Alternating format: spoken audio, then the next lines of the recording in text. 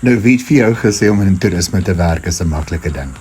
Ons toerjoggies van Toerbroers het soveel kennis wat hulle moet opmaak om 'n volwaardige gids te word. Nie alleen werk hulle met diere, werk hulle in verskillende lande nie, maar hulle moet ook weet hoe om 'n barista te wees. Ek is besig om koffie te maak. Dit is 'n tipe Brazilian blend wat hulle gebruik hier by Bean Juice. Ek kan nou nog nie so mooi hartjies maak nie, maar ek probeer my uiterste bes. So wat ons doen is ons is besig met 'n opleidingskursus en dit sluit in verbetering van jou kennis in alle aspekte van besigheid. So ons is hier so by Bean Juice om te leer hoe maak hulle koffie, hoe gaan hulle te werke, om stoptyds te doen. By Toerbroers bevoeg ons al ons toerjoggies met die regte kennis sodat elke liewe kliënt wat hulle wel saam mee werk, geseën word met hulle kennis en dat dit altyd 'n plesier is om saam met hulle te werk. Dit is 'n groot plesier om in toerisme te wees.